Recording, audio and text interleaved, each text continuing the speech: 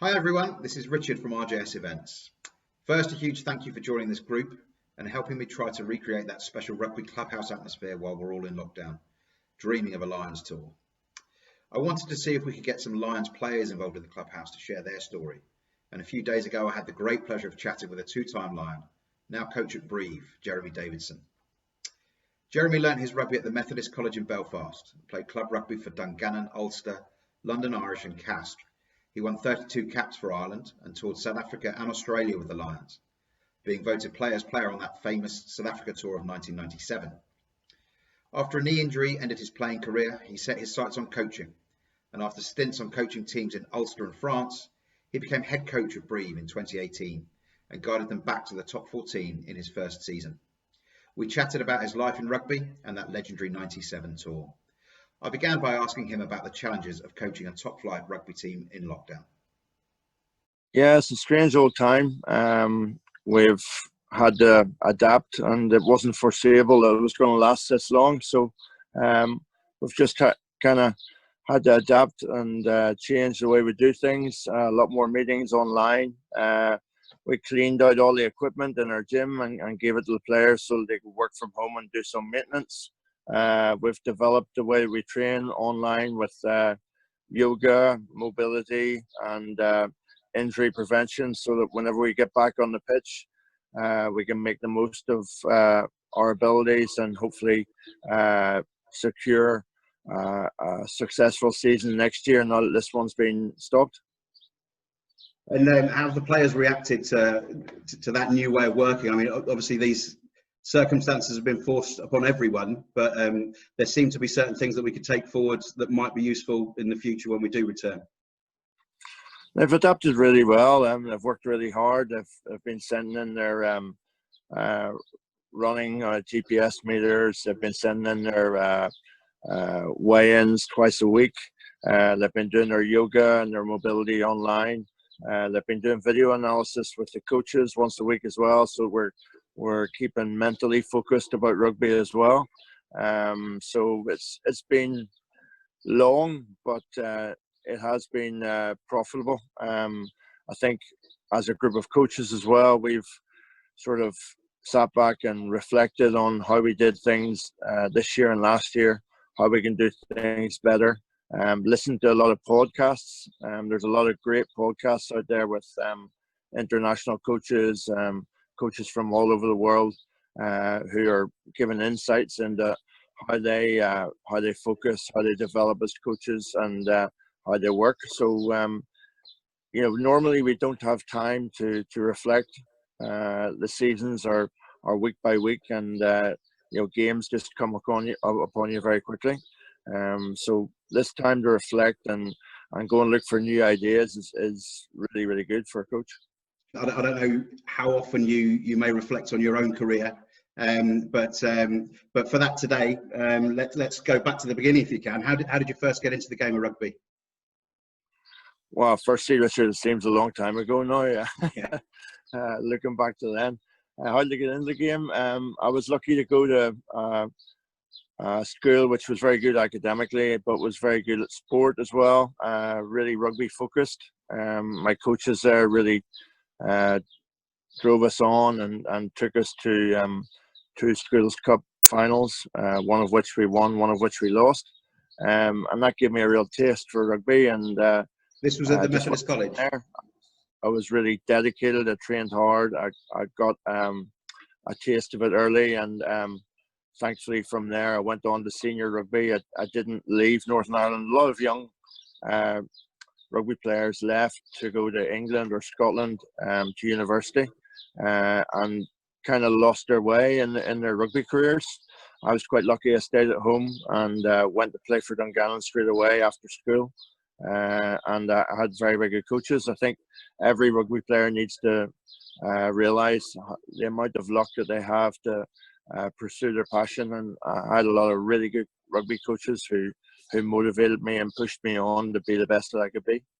And that Ulster side that you went into, I mean, during your period at school when you were playing rugby, they were winning championship after championship by the look of things. Is that right? So that must have been quite a changing room to go into. Yes, at that stage there had been a wonderful legacy for Ulster. That I think they won the interprovincial championship for 10 years in a row. I was lucky that there was a lot of experience there, and as a 19-year-old playing for Ulster, and as an 18-year-old playing for Dungannon, there was a real family atmosphere where you were playing with. It was an amateur era. Everyone worked and did their rugby training or their extra training before they went to work or after work. So it was a really humbling period. You had guys who were 40 years of age playing in the second row with you, like likes of Davy Tweed, people like that. So as a 19-year-old, it was really a cornerstone of my career, great learning curve, and it showed you all the great values that there are in a rugby team. There was lawyers, builders, policemen, people from all different walks of life playing in that Ulster team and playing in that Dungannon team, and a real family atmosphere, which is what it's about, and a real club emphasis for Dungannon. Can you recall any changes then in that kind of atmosphere that you were talking about before? Did that change immediately? Were there new issues to contend with once professionalism hit? Okay, I don't think so. I think the players that were already playing the top flight of rugby were basically pretty much near professionalism. They already trained 3 or 4 hours a day, whether they had a job outside rugby or not. Some clubs had already created rules within their club for people to be able to excel or play for international honours. I just remember moving to London, and it was a wonderful period, being able to train as hard as we did in those days. And the Premiership was really the top flight of world rugby at that stage. I remember back whenever I was at school watching all these heroes playing on a Sunday night on Rugby Special on BBC Two, and a short period after, to being able to go over to England and try and front up against those people was an incredible period. And then in 1995, I think I'm right in saying, the huge honour of being asked to represent Ireland came along. How did that come about? Can you remember where you were when you found out, and who made the call? Well, as I said to you, I was very, very lucky to play with a very experienced team in Dungannon. That got me in the Ulster team, and then playing for the Ulster team got me playing for Ireland. On the 21st of November 1995, I got my first cap against Fiji. I was going to ask if you remembered which game it was. Can you remember the score? I can't remember the score. We won really, really well. It was about 44. However, I was playing out of position. I was playing number 6. I had never played number 6 before in my life. Back in those days, I think everyone was trying to copy the English packs, who were humongous. They had a really, really big pack of forwards. Everyone was about 6'6". So it was the first time that Ireland went for a back row. David Corkery was 6'6". 6'5". I was 6'6", and Paddy Johns was 6'6". So we went for a really, really big pack of forwards. It was the first time I played number 6, and I was quickly moved back into the second row because I wasn't very good in that position. And again, going into that dressing room, that must have been quite something. Who are the main characters that you can remember from your early days with Ireland? One memory that sticks in my mind was back in 1994. I was very, very lucky in that I got to play for Ireland in Australia, and the captain of that tour was Michael Bradley, who was a scrum half who played for Ireland, who was a wonderful, wonderful captain. And that was one of the great moments, having a captain that, whenever you're 20 years of age, who looked after you on the field, who pointed you in the right direction. I think any young player, whenever they play a high-level rugby, at the start, they can be a bit green. You can end up chasing shadows. You can get a bit lost. So having people like him who are hugely experienced and capable of directing you are things that you never forget in your rugby career. And certainly whenever you move into coaching, you try and pass those small bits on to players bit by bit, and make sure that you're adding value to each player that you coach. And is there an onus on the people that are in the dressing room to bring people in? Was there a feeling that someone such as yourself, who was new into the Ireland setup, needed welcoming in and putting it home? Well, I think Ireland were a bit behind the other international countries at that stage. A tour for Ireland was more likely to be a holiday in the pub. There was a big drinking culture in that touring party, because it was an amateur era back in the summer of 1994. And the young guys like Jonathan Bell, David Corkery, and myself coming through, we had a completely different mindset. We wanted to do the best we could. We wanted to train hard. We wanted to be professional athletes in the future. So it was a nice environment to be in, family environment.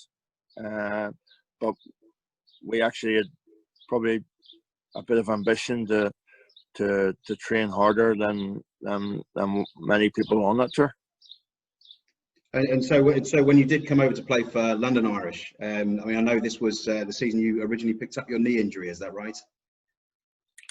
No, that was the season after. Okay. So in November 1997, after the British Lions tour, I did my cruciate at playing at Kingsholm against Gloucester. But I was lucky. I'd played with David Humphreys for Ulster, and he moved to London Irish because he was at Oxford at the time. And Clive Woodward contacted me to move to London Irish and play over there. He wanted to keep the strong Irish connection. So he contacted a lot of young up-and-coming Irish players. I think there ended up being about 14, 15 Irish internationals, future internationals that went over that summer and played for London Irish under Clive Woodward. And that was a fantastic time. He was sort of a forward thinker, a great motivator, and we had a very, very young team. Unfortunately, we didn't perform to the level necessary for that particular league, and we missed out on relegation that year. But it was a fantastic time because we were a young group of early 20s, most of the team, playing in the English Premiership and learning our trade. And then obviously you headed over to the continent, over to Castres. And interesting to know what sort of took you over there in the first place. You must have been one of the first guys from the British Isles going over to play over there. A daunting experience for many, you'd imagine. How did you find it, and what took you there? Well, that's true. There wasn't many foreign players, especially Irish or English or Scottish or Welsh players playing in France at that stage. I was lucky enough to have studied French at university, so that gave me an opportunity of moving to France quite easily. It came about because a friend of mine, Ken O'Connell, ended up being in contact with Castres and moving over there, and they were desperate for a second row, so we went over for the weekend. And I didn't really have much of an inkling of playing in France at that stage, and when I got over there, I got an offer that I couldn't refuse to go and play for Castres. And I've never looked back, because Castres is the first professional team that gave me a chance to come over here and coach. Back in 2007 to 2009, I was the first French captain. The first overseas captain of Castres. Yeah. Back in the day, in my second season there, and and playing French rugby was a real eye opener. It was a extremely combative, physical, aggressive league especially for forwards, and just enjoying the lifestyle as well, and improving my French and getting to know the culture a bit better. I've obviously fallen in love with this country, and I've been here for quite a while now.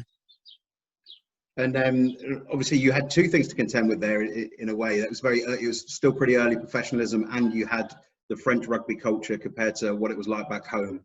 Was that a huge difference? Was there a culture shock, or did you settle in pretty quickly? Oh, it was a huge shock. You know, there's kind of a mentality over here, or there was back in the day. Train like Jane and play like Tarzan at the weekend. You know, the Latin blood, they weren't that keen on training, but certainly they turned up at the weekends. That was hard to get the grips with, because I think in the British Isles we're really focused on becoming better at what we do, whether it's on the rugby pitch or the football pitch or in athletics.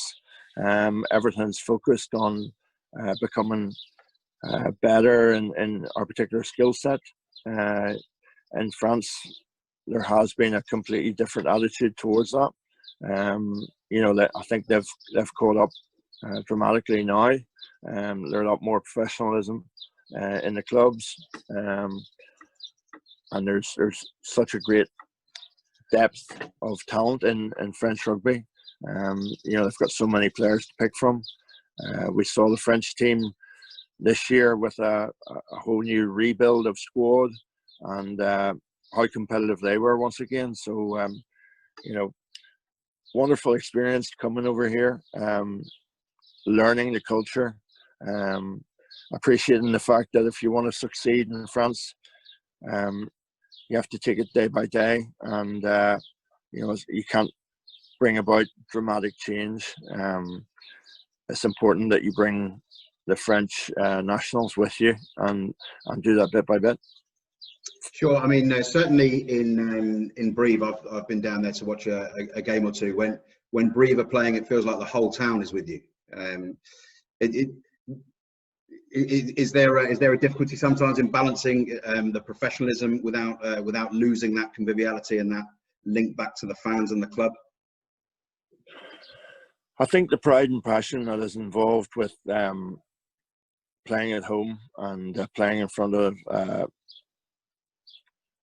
home crowd here will never change. I think it kind of dates back to referees wanting to get home in one piece and not getting savaged by the spectators. You know, any rugby player that goes out on the field for a top 14 game in the warm-up, they feel at least, you know, half a metre and 10 kilos heavier. They feel as if the world is at their feet, and they can beat any team that turns up, and that's a fantastic feeling for a player, for a coach, for a supporter, that you can, against all odds, that you can possibly beat a team with a far bigger budget or normally more talented or better rugby players in their squad.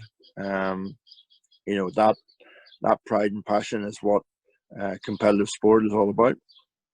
If you can take us back to 1997, can you remember thinking you were in the running? Can you remember who contacted you? Can you remember the process of becoming a Lion in 97?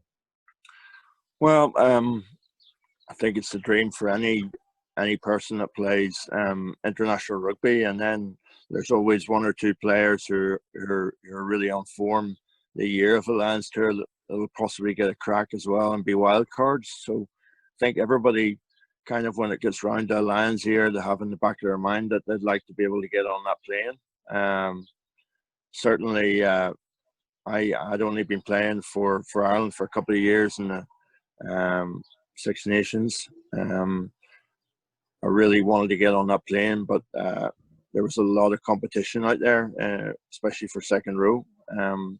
So I think I was just lucky that I got the nod to get out there. once you get on a Lions tour, you just have to knuckle down and work hard, and hopefully that hard work and effort will take you to the squad for the Test series. I was lucky in that the main opposition for me was probably Doddy Weir to play alongside Martin Johnson, and unfortunately he got a horrific injury where he got stamped on his knee, and that put him out for the rest of the tour. So kind of opened up an opportunity for me, and I was lucky to get the nod. I think whenever you play with really good players, everybody ups their game, and I was really lucky that Lions tour was a phenomenal bunch, a band of brothers. Everyone got on particularly well. Everyone mixed really well.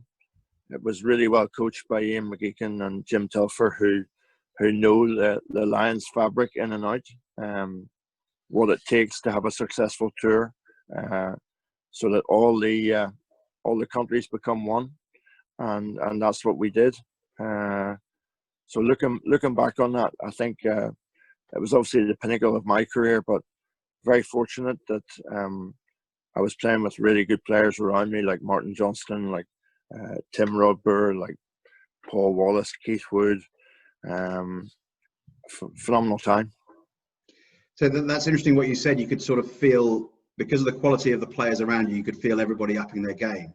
So was there a perceived sort of raise in level from international rugby even? Because not only were you around the best players from 4 nations, but those players from Ireland that you played with, they're also raising their game to fit into that environment. Absolutely. Whenever you think back, we went out there and played against they were the current world champions at that stage. The South Africans were man by man at least 5-10 kilos and a couple of inches bigger than us in every position. So every contact, every tackle, everything in that game was at the highest level possible. I remember the first scrum in particular, it felt as if we'd been hit by a bulldozer. It just crumpled, because we'd never felt anything like that intensity before. And yeah, it was uplifting. We needed an incredible team spirit and perseverance to be able to go head to head with that South African aggression, that's South African determination. We saw it again this summer. They are an incredible rugby nation. What they do is simple, but they're incredibly big, incredibly physical, and incredibly determined. So on that trip, I mean, you mentioned the coaches and the team spirit that tour has become known for. I mean, obviously one of the most famous sports documentaries ever came out the back of that, The Living with Lions, and that's what brought the Lions, I think, even closer to most rugby observers. How did that atmosphere come about, do you think? Do you give credit to the coaches for creating that? Were the players and the senior players part of that? Was that there from the very beginning? As I said to you, I think Ian McGeechan and Jim Telfer take a lot of that credit, because they knew the fabrics, having toured with the Lions before, having coached the Lions before. They knew exactly what we were facing in going to South Africa. That we were probably going against a bigger pack of forwards, bigger from 1 to 15 across that team, and if we didn't get our mental focus, our preparation right, that we were going to come off second best. And before we got on that plane, I think we started to create an incredible bond together. There was a lot of team building exercises. There was a lot of spending time with obviously people from the different 4 nations, as opposed to just staying in cliques. And I think Martin Johnson was an incredible captain as well. He was a kind of a quiet guy off the field, but whenever he spoke, everyone took notice. He led by example, and he was still only a young player at that stage. You know, I was 23. I think Martin was 25 at that stage. So I think he takes a lot of credit as well.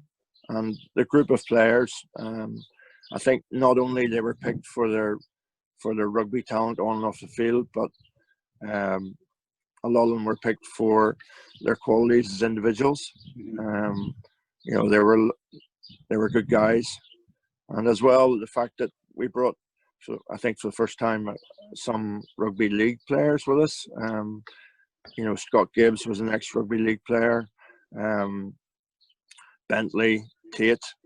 The rugby league background had been professional for longer than rugby union at the stage. So we got the balance right on and off the field. Good team spirit and great coaching. And I don't know what your favourite memories might be off the field then. Obviously, John Bentley takes up a lot of airtime on Live with Lions, and he often seems to have the camera in his hand. Any favourite memories of yours off the pitch? I suppose not really any favourite memories off the field, just celebrating the wins, because, you know, especially in the tests, it wasn't just the test squad that celebrated those wins. Everyone was so tight that the first and second tests that we won were very memorable, because everyone was incredibly happy and behind the squad, and we saw that by the end of the third test.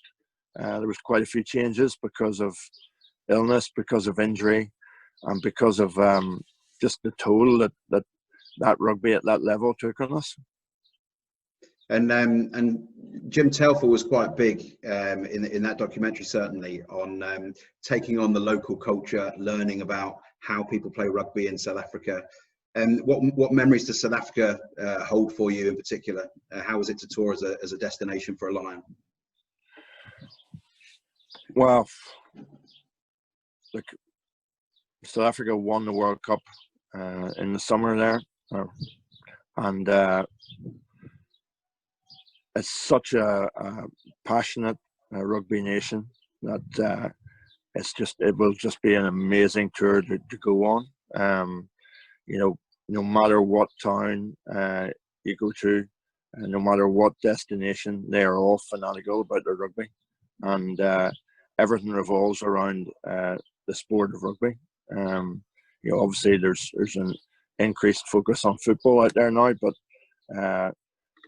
rugby is just so big, and I think the South African nation have such a history of playing against the Lions. You look back to, you know, 74.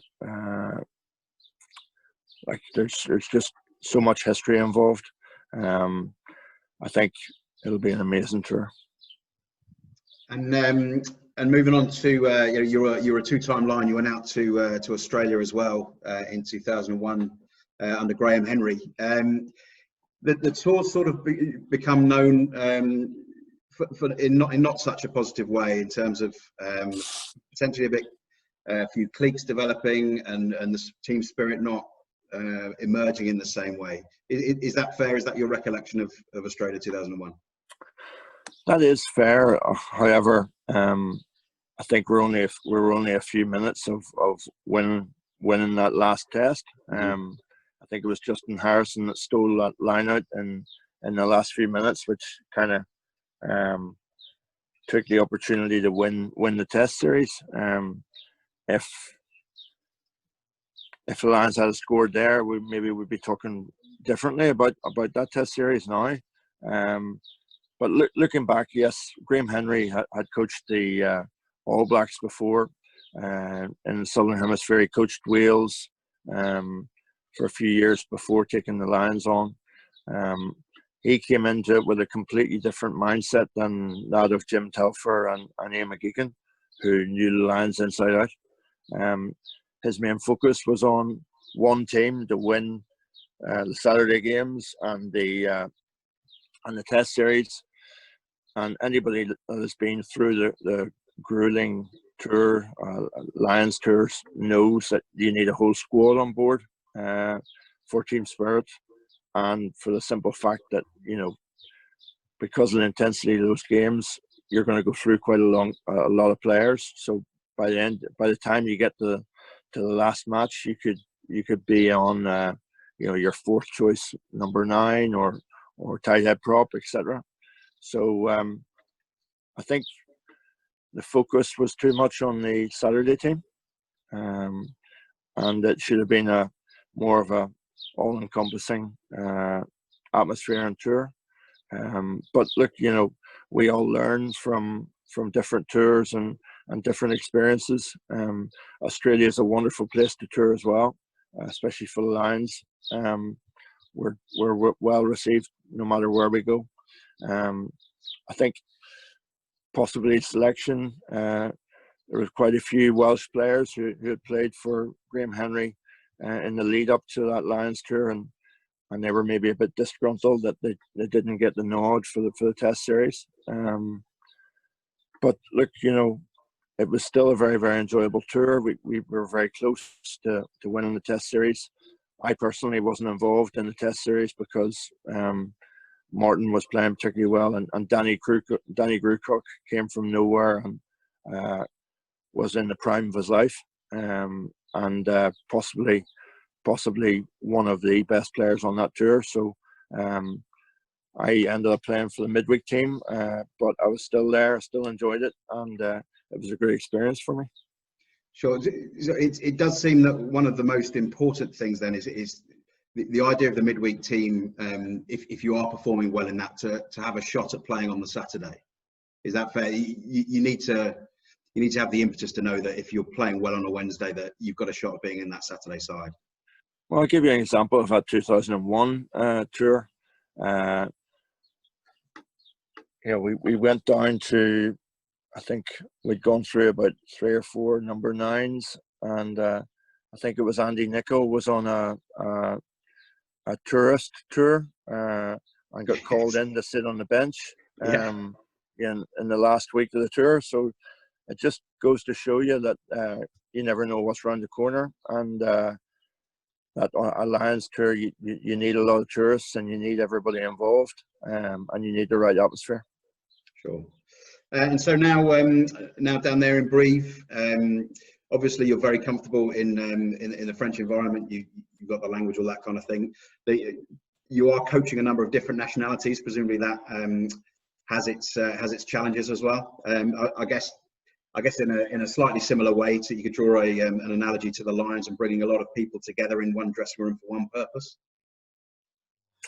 Yeah, very much so. I think you've got to get the culture in the club right, and we've strived hard over the past couple of years to get the right culture, the right work ethic, ensure that everyone within the squad is valued, and that we realise that we're on a journey. You know, 2 years ago, whenever I arrived, we were relegated, and now we're in the top flight of French rugby once again. Next year will be another challenge, and we have to keep building. We can't just sit and be happy with the fact that we were in the middle of the league this year whenever the COVID came upon us and rain stopped play, so to speak.